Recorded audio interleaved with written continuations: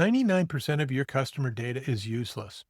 In this video, I'm going to show you the 1% of data that actually matters.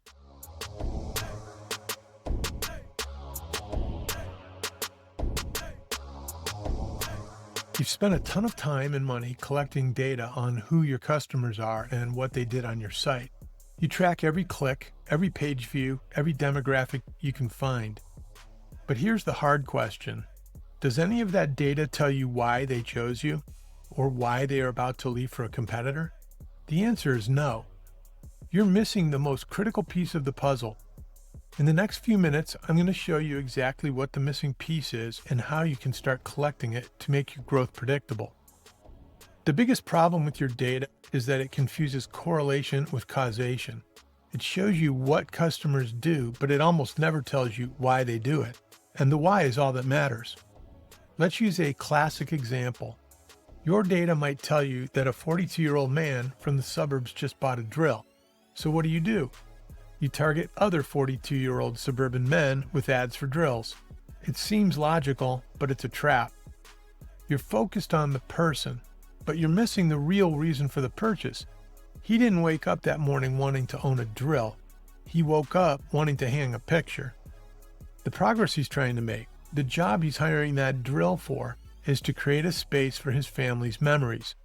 The drill is just a temporary solution. So how do we find the why? Well, we do it by changing our unit of analysis. We stop obsessing over the customer and start obsessing over the customer's job to be done. A job is the core goal your customer is trying to accomplish. The different situations they face while doing that job create unique opportunities for innovation. And here's the most important part. While products and technologies change constantly, the underlying job is remarkably stable. People have been trying to get from point A to point B for centuries. The solutions have evolved from walking to horses to cars, but the core job hasn't changed. Data about the job is a timeless asset. Data about your product is temporary. So what does this 1% data actually look like? It's not a click, a view, or a demographic. The most valuable data you can collect are your customers' desired outcomes. A desired outcome is the metric your customer uses to measure success when they're trying to get a job done. It's their definition of value. Look at the difference. On the left, you have typical behavioral data. It's vague and tells you nothing about motivation. On the right, you have desired outcomes. They are precise, actionable, and solution agnostic. They are a blueprint for what you need to build. This is the data that predicts whether a customer will switch to your product or competitors. If you can help them achieve their outcomes better than anyone else, you win. Now, this might seem complex, but you can start thinking this way with a simple 3-step process. First, define the job. The next time you're thinking about your product, don't ask what is it. Ask what do people hire it for. Keep asking why to get to the real higher level job.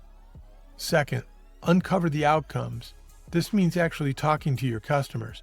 Don't ask them what features they want. Ask them about their process. What are they trying to do? Where do they struggle? What does success look like for them? And third, prioritize. Once you have a list of these outcomes, you need to find out which ones are most important to your customers, but also the ones they are least satisfied with right now or require the most effort. That intersection is where your biggest opportunities are. So it's time to stop being a data hoarder. Stop chasing endless, noisy, correlational data that doesn't lead to real insight. Start focusing on the causal data that truly drives purchase decisions, the customer's job to be done, and their desired outcomes. That is the 1% of data that matters. Now, this was a super high-level look at a huge topic. If you want to go much, much deeper and learn how to build an entire data strategy around this concept, including how to build a powerful competitive moat around your business using this data, I've written a comprehensive guide on my Substack. Click the link in the description or comments below to read it now. And if you found this video valuable, hit subscribe and let me know in the comments, what's the most useless metric you track? Thanks for watching.